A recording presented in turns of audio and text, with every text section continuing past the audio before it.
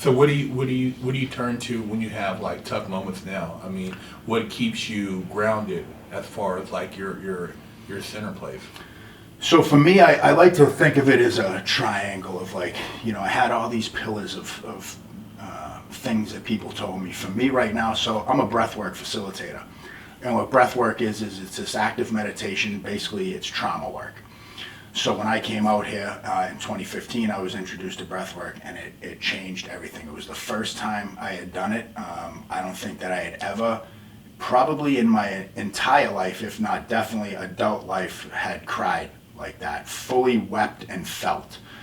And through that, I started to let the wall down, and then started to talk to people. And we were joking earlier when I said, like, I was under the impression, man, if I start talking about feelings or whatever, people are going to take my sneakers as soon as I leave. I'm going to get bullied and pushed against the wall because I have all this trauma of thinking as soon as you give an inch, people are on you, And I had too much fear behind that, too much fear of being a victim, of being less than a man.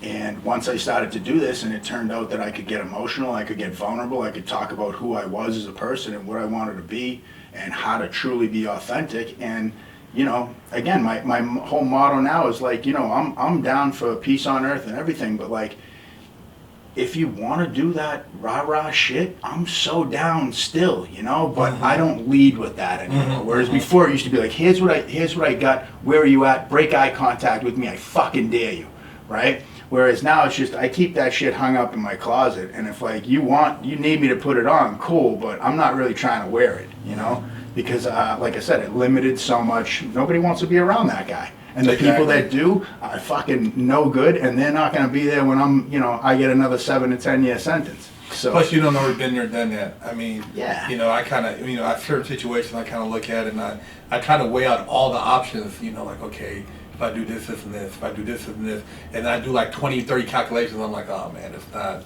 It's playing the tape through, which I never did. For me, consequences came, I'll think about it after, So if I had a thought, I had to act on it. So you say something to me, in my head I'm thinking, hit this motherfucker with a lamp, that's it, I'm hitting you with a lamp. And then after I'll go, fuck man, why'd I hit him with a lamp? Exactly. Whereas now I go, I hit him with a lamp, what happens? I lose this, I lose my girl, I lose my car, I lose my this, I don't have a job, it's Fish Friday, I'm showering with guys. It's just not worth it to me. And maybe some of that came with age. Yeah. But so, anyways, so you asked me about the center place. Center place. So breathwork.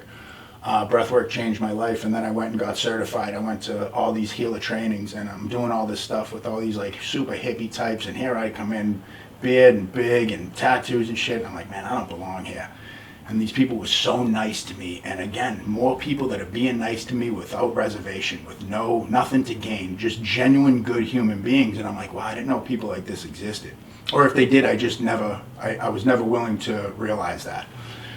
And so I got certified. Then I mentored under this guy, and then lo and behold, that's my full-time job is what I do as a breathwork facilitator. I work in treatment and I see private clients, and for a long time too, I was like, this isn't a real job. Like, to me, a real job, I gotta break my ass and my hands, and because I paved my whole life.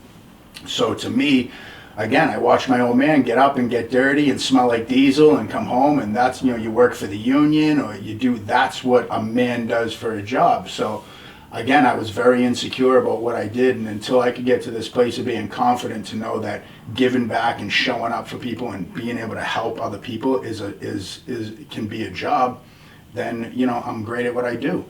And so with breath work, another thing that I got into was neurofeedback. Anybody that suffers from PTSD to depression, anxiety. Now, neurofeedback, I go in and they hook these things up to your head, and it re-regulates your brain waves. You literally do nothing. You sit there and you watch TV, and some things happen to the screen. And what that helped me with was the pause. So something happens where I see red immediately and act. It gives me a little bit of,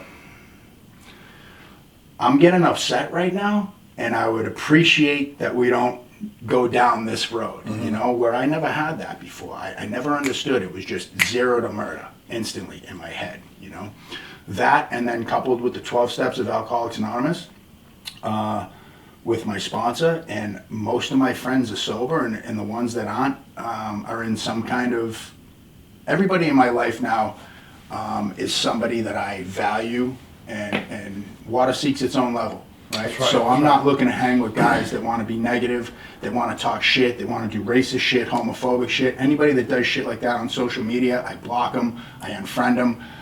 I just don't have time for that anymore. I don't want to do that. So I have guys now that I can call and laugh and joke. And those same guys I can also downshift and go, dude, I'm fucking sad. I'm having a really hard time right now. I don't know how to handle my chick. I don't know what to do with this. Or even when I have an issue with a guy that's a friend and I'm like, hey man, I feel like the biggest pussy on earth right now, but what you said earlier, I'm sensitive, and that hurt my feelings. And like, if I don't address this right now, I might shoot heroin and my life's on the line. So unfortunately, I have to talk to you about this like a man, and this is what I got going on, you know? And, you know, these are all things that I really didn't think that I was gonna be able to practice ever in my life. That's deep, man, because I think that's one of the biggest problems with a lot of people. When you have this outwardly appearance, you suppress a lot of things because you don't want people to feel you're weak or you're soft, you know, and so you project this image, but the whole time you're dealing with these maybe inner demons or whatever voices, whatever you want to call it, that, and you're trying to make sense of it, you know, and sometimes it's hard. We don't have that outlet because, you know, as you said, as you get older, you look at, you know, things now have consequences and you realize what you built. And trying to find and have those people around you, you could share without being judged. It's hard to find. You know, it's like few and far between, man. It is. But again, it's like, you know, and when I see these young kids come into treatment, and I think to myself, man, at 19, 20, 21, I mean, the sober living I was at when I got sober this time around, kid came in around 2:30 in the morning. Next morning, 9 a.m., I found him face down on the ground in a pool of blood and mucus and shit. Dead. That's it. 19, dead, sniff fentanyl. And, you know, it's, again, one of those things where everyone that worked there started bugging out and didn't know what to do. And here I am, and I've been in, like, these high-stress situations where it's like, get on the phone, call to this, do that, where in the moment I don't take it on.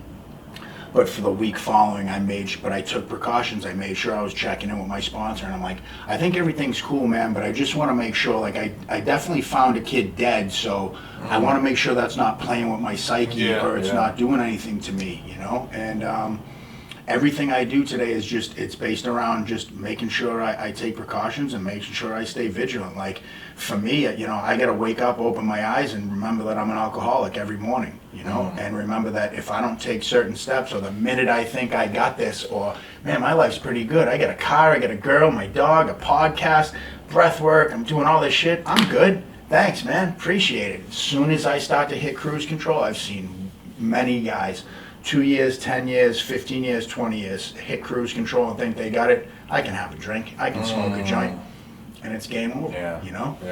I'm not, there's even times where I'll fantasize the fact that, like, first of all, I don't even want to smoke weed, because that shit is not how it was when I was 15. I'd smoke that shit and I'd be hiding behind the curtains, you know? But I think sometimes, man, it's a barbecue, we'll go out, have a couple beers, it's all good, but honestly, I wouldn't want to take the risk to find out what, so that I can go, see, I show you I could only have 2 beers and everything's good. Like, I don't want to do that. I want to shoot a lot of heroin, so I'm not willing to take that chance. Because my life right now is so great without drugs and alcohol that I could, like I said, man, I could have never imagined in a million years that my life could be as good as it is, and that I would find this place of peace in here, and like to know that I could be a good human being. Well, you know, it's a trick of, like, when I think about it, like, a lot of times I've been places with people and you're like, you know, everybody's cool, but they're like, man, you know, you don't want to do no blow. I'm like, you never tried it? Why not, man? You come on, man. You know, I'm like, you got to try once in your life. I'm like, no, I don't think I want to try it once. I sold a lot of crack and everything else, but I don't want to try it. Come on, why you never drink, man? Come on, bro, you don't do this and that. It's like, it was like almost a challenge, like, oh, I got him. You know, he broke down, you know, I got him. He did it with me, you know, I'm the one who got him hooked on it. And I'm like, you know, I've just always been scared to death, man, because I've seen some shit and I'm like, dude, you know, what if, there's no telling, I might not come back. There's no telling what happened. I've got relatives, man, like, literally are talking to what do you call it, Siri on their phone, thinking they're having a conversation. You know, I'm like, so it's like, yeah, man. I'm like, dude, what Siri, hey Siri. I'm like, dude, Siri's an app. It's not. There's nobody in there. But I just look, it scares the shit out of me. But yeah, you know, it's cool when you can have people around you who keep you balanced, who aren't trying to make you be that guy or trying to see if they can twist you into that going backwards instead of keeping you on a forward momentum. And that's the whole thing, you know. And I sit around, I was just telling like a friend of mine and my wife, I'm like, dude, I don't really have no friends in LA, but all these people are just superficial. You know, it's hard to find people who are genuine, who are like, you know, at the middle of the night, you call me, your car's broke down, dude, I'm stuck out here in Palm, man, I'm on the freeway, I'm out there. You know, people who generally care. Most of these people are just there to, you know, give you a high five, whatever, man, and it's like bullshit. So finding solid people in life, man, it's just far and few between. So it's like, you know, when you can find that core group of friends, man, it's invaluable, because like you said, it gives you a place where you can stay balanced.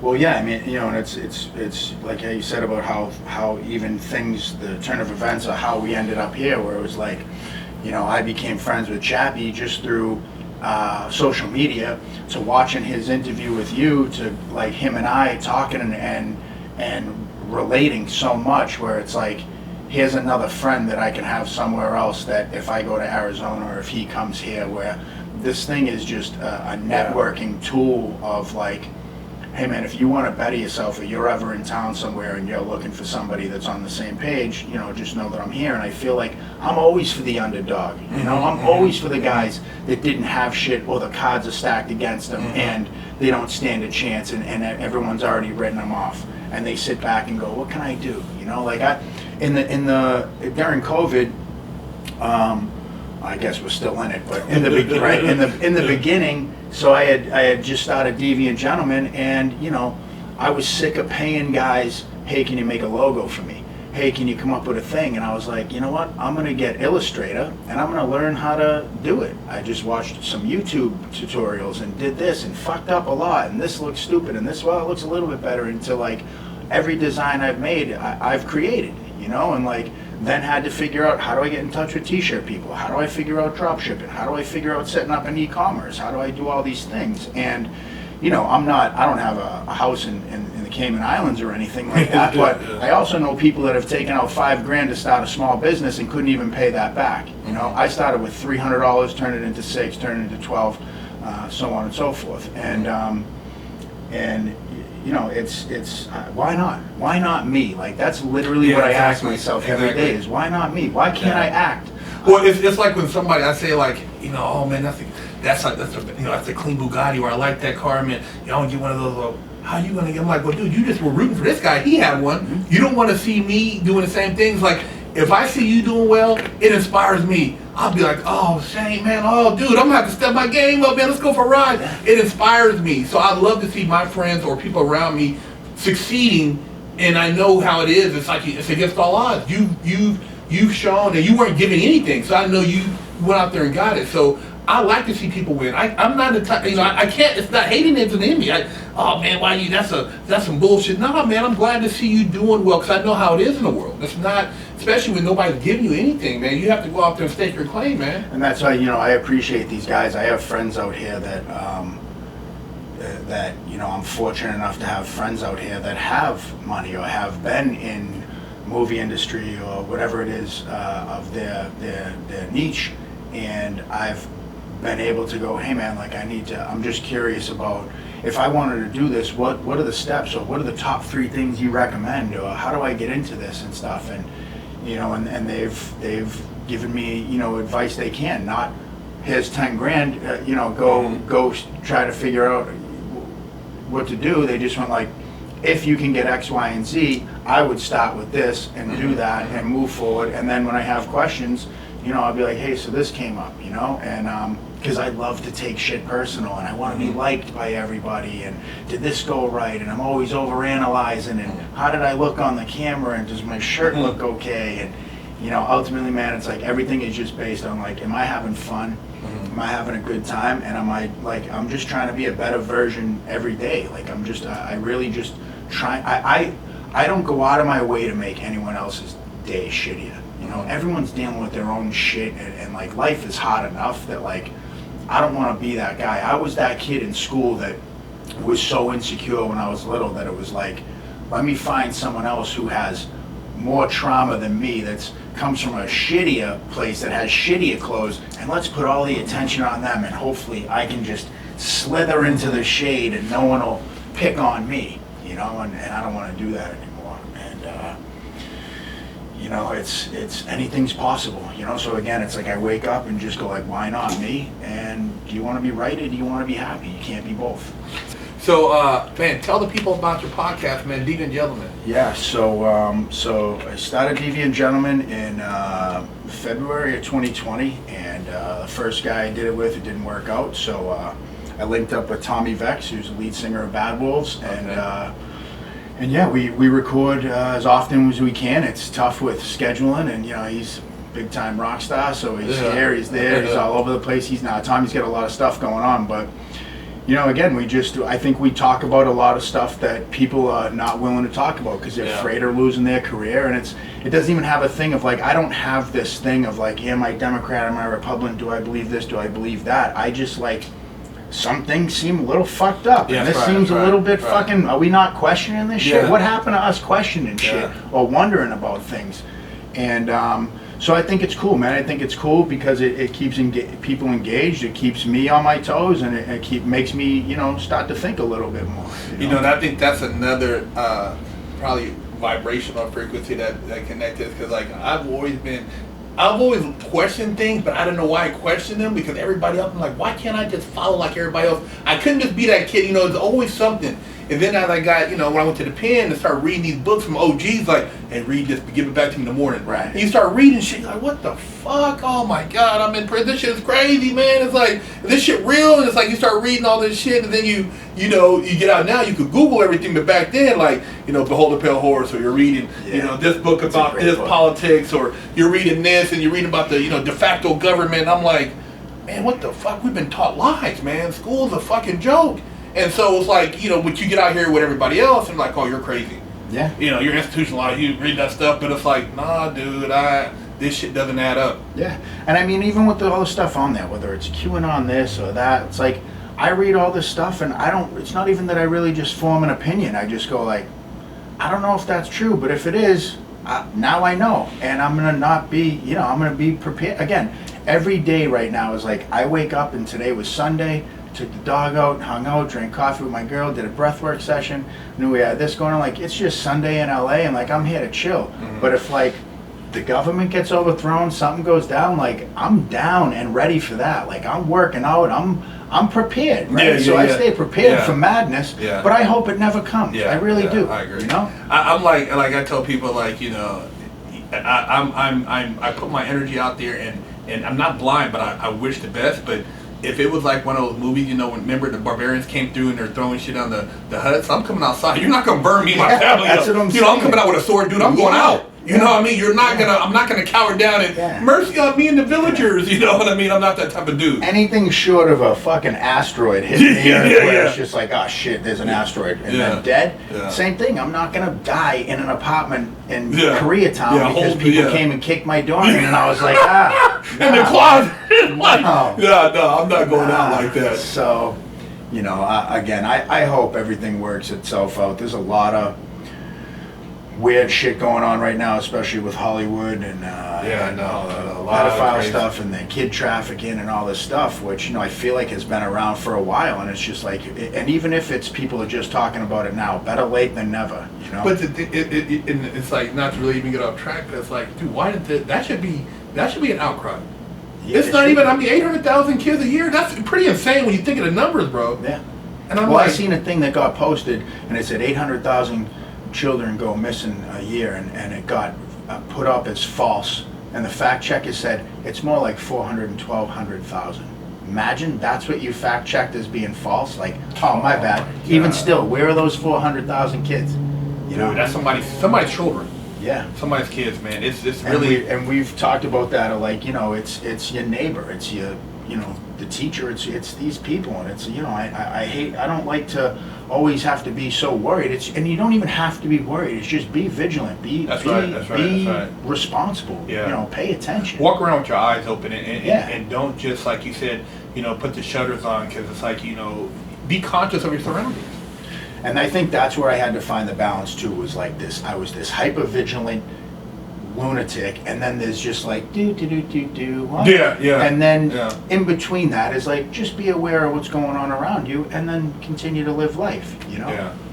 So what can we expect from you in the future, man? What's some of the things you have lined up for yourself? So actually, I'm getting in a couple months. I'm getting a puppy. I'm getting a Belgian Malinois, and I'm gonna train it to be a personal security dog. And me and my buddy are in the talks about maybe opening a personal security. A multitude of things. Training the dogs to if you need security. To me, it's one of those things that it's like a jujitsu thing, like learning that relationship with the dog and learning.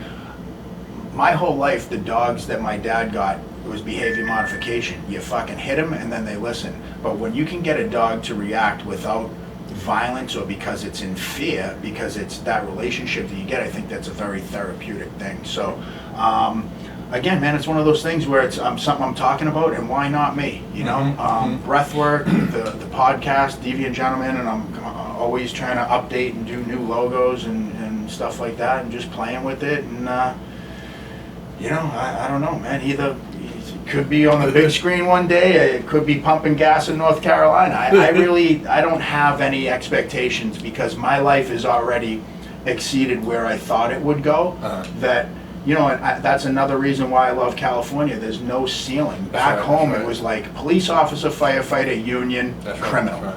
Out here, it's like there's so many different venues. I can entrepreneur with this and link up with this, and this guy's got this going on, and maybe I'll consider that. So until I can find something that offers more than what I'm getting out here, I don't know that I could leave California until it starts to burn or whatever. But well, I think it's dope that we were even able to sit down and have this conversation and open up dialogue, because of just everything that's going on in the world, and especially in America. And I got a lot of people, oh man, you done went this way, you wanted them sons, and it's like, because I grew up, man, with an open perception. I've had friends, even my best friend, we lived on military base, he's white. Other friends, we go over his house, have pancakes. My other friend's Filipino, we have lumpia. My other friend's Mexican, we have, so I never really, I didn't judge people like that. And and like you said, you grew up with a certain persona, but now in your older age and wiser, how we can sit here and have an intelligent conversation and create dialogue. I think that a lot of people need to see that and open up their minds, man, and just not be limited. Because I know a lot of people, they never interacted with, like, say, somebody of a different culture, so that's why they have these stereotypes, or they feel this type of anger or disdain, whatever the case may be. But once you start talking to people, like, oh man, that guy, he's not that bad, or that person's not, I had a misconception, because we have these perceptions that they put out there for media, and a lot of times it's false, man. I mean, if there's one thing I've learned too, it's that we're here for human connection, right? We're humans. And if you don't believe that, let me stick you in a cage by yourself for a month. That's right. Let me know how that goes for you. That's right. That's You'll right. be, and even like when you do time in SEG and you went back to pop, and at first it was kind of like, what the fuck's going on? Because it takes you at that, it's not normal for us. So no, it's inhuman. Now it's like, I don't limit anything to color, sexual identity. I mean, I have a friend who's transgender, and I was in her music video out here, and like it was great, man. And the fact that she even asked me to be in it was like, you told me that when I was in Walpole State Prison, I would have been like, you're fucking out of your mind, do that, Yeah. And because I stopped giving a fuck what everyone else thought about me, and I started doing what made me happy and what I wanted to do. If I want to do something today, I'm going to do it. Right. I went and rode horses. I'd never ridden a fucking horse before. Cool guys don't ride horses. I mean, back in the day in Westerns, but cool guys are not riding horses, But things mean, I have different meaning towards things to me today. And again, it's just, I just want to be happy. I want to be right, and I want to be happy. And I just keep trying to, make connections and meet with people, and especially right now with being so divided with Black Lives Matter, and you're this, and you're Republican, and you're this, and people unfriending and screaming and going fucking nuts. And it's like, man, let's put all that shit aside and go eat fucking pancakes. You know what I'm saying? Let's come up with some. I know. It's just so divided, and That's it's right. working. It's working. Yeah. It's the oldest game in the book, man. It's the oldest game in the book. Well, damn, Shane. You know, I'm glad we were able to get you on the show, man. You know, Deviant Gentlemen, you guys check out the podcast. You know, hopefully I can get on there, chop it up with them about some crazy stuff. And it's been a pleasure having him on the show. You guys sub. Like I said, all his links to social media will be in the description. Big Hurt, fresh out.